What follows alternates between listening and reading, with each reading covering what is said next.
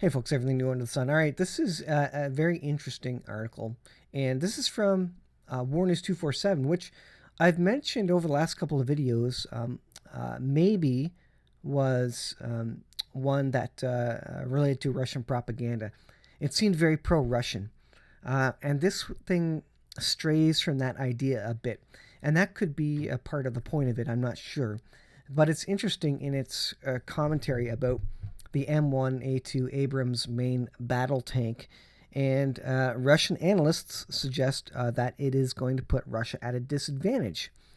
Now, there's two things related to this. This could be true, and it could mean that if Russia decides that it can't go up against the M1A2 Abrams main battle tank, and they start losing, that they would turn to nuclear weapons, because their generals have come out and said that they cannot beat NATO with conventional weapons. The Russians know that. Their generals know that. They've stated it in interviews that they cannot beat NATO at a conventional war. So they will go nuclear at that point. That will be the escalation. The other idea is that they're saying this because they don't want United States NATO to know that they have superior military technology. Now, this is a shortform.com, the art of war quotes, and I think this is interesting and pertinent.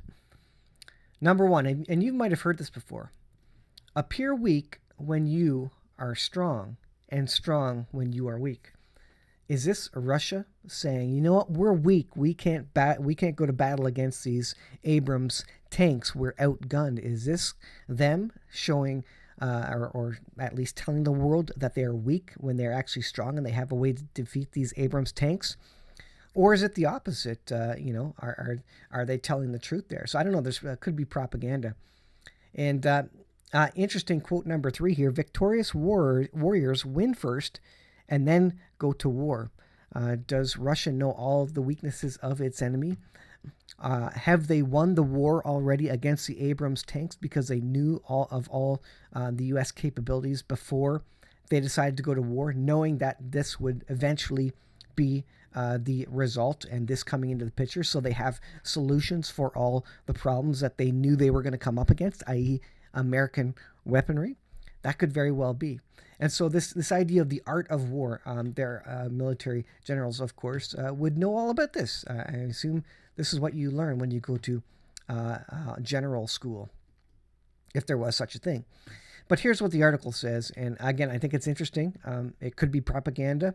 It could be this idea of Russia pretending they're weak when they're strong, or it could mean a turning point where Russia says, we can't go up against Abrams, and we will deploy nuclear weapons at this point. So it says the shipment of Western-made M1 Abrams Challenger 2 Leopard tanks to Ukraine has caused particular concern among staffs of the Russian armed forces, as well as Russian officials and special military analysts, who, however, focus mainly on American tanks.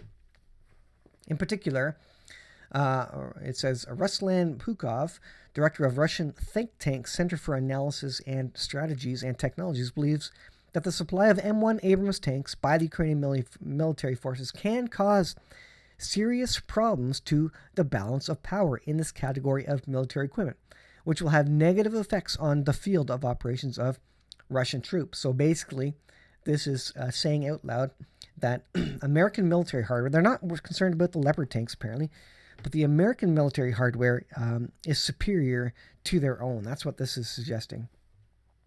M1 Abrams are hard to deal with. He spoke to the Russian media and emphasized that the M1A2 SEP version 2-3 tanks are currently the best in the world in terms of the combination of operational capabilities. Even third-party export versions of the M1 Abrams outpace the most advanced Russian tank, it says, the T-90M, as the T-14 Armata development program has not yet progressed to the point of supporting mass production and is currently in prototype tanks. Now, again, is this Russia bluffing? Are they saying this to make NATO think that they've got the best technology, and then Russia rolls out with technology that basically whoops the M1 Abrams tank? Do they have other technologically advanced ways to defeat the Abrams tank, EMP, laser weapons, etc.? You need to look at this and say, you know what, this website has generally been pro-Russia, and it could be the art of war, and the fact that maybe they want to appear weak when they're actually strong. It says the Russian analyst then explained that the ammunition primarily used by Russian tanks are the old Soviet rounds, which can destroy the Ukrainian T-64, the T-72, the T-80 tanks at relatively short ranges. However, they may not be effective against the protection systems and armor of modern and advanced Western tanks. And the other thing that they mention is that the Abrams tanks is able to hit targets from a long distance, which the older Russian and Soviet era tanks are not able to do. In this kind of tank battle, we may find ourselves in a difficult position. And so there you go. In any case, the above is not going to be a significant problem for Russian troops if only 30 or 50 M1 Abrams tanks arrive. So if there's only 30 or 50, then they can deal with that. But they say, and this may be Russia's red line, if the number reaches 200 or 300 Abrams tanks, then that is a problem for Russia. At least, again, according to this, it says Pukov concluded that by underlining the West's goal in providing a limited number of modern weapons, systems, and military equipment is the exhaustion and systematic attrition of Russian forces and not a decisive Ukrainian victory. So, folks, is this propaganda? Is it not? Is it the art of war being played by Russia? I would venture to say I would bet on Russia's side, simply to ensure that I wasn't missing something. I would not out of the box believe that U.S. had all the technology. I think Russia has a lot of technology, and probably a lot of technology we have no idea about. So there you go. M1A2 Abrams main battle tanks. Is that going to be a problem for the Russians? You tell me. Let me know in the comments whether you think this is true or not. In terms of understanding and trying to peer through the fog of war, the propaganda on both sides. Who is going to come out of this a winner when these tank drops? Is Russia simply going to say, we're not going to try and defeat the Abrams tanks. We're just going to drop a nuclear weapon, or we're just going to drop an EMP? And by the way, stay tuned. I've got another couple videos here about the EMP, because I think EMP is the main threat. I don't think these countries will use nuclear weapons. They destroy too many. They kill too many people. And that gets them into overt conventional World War III.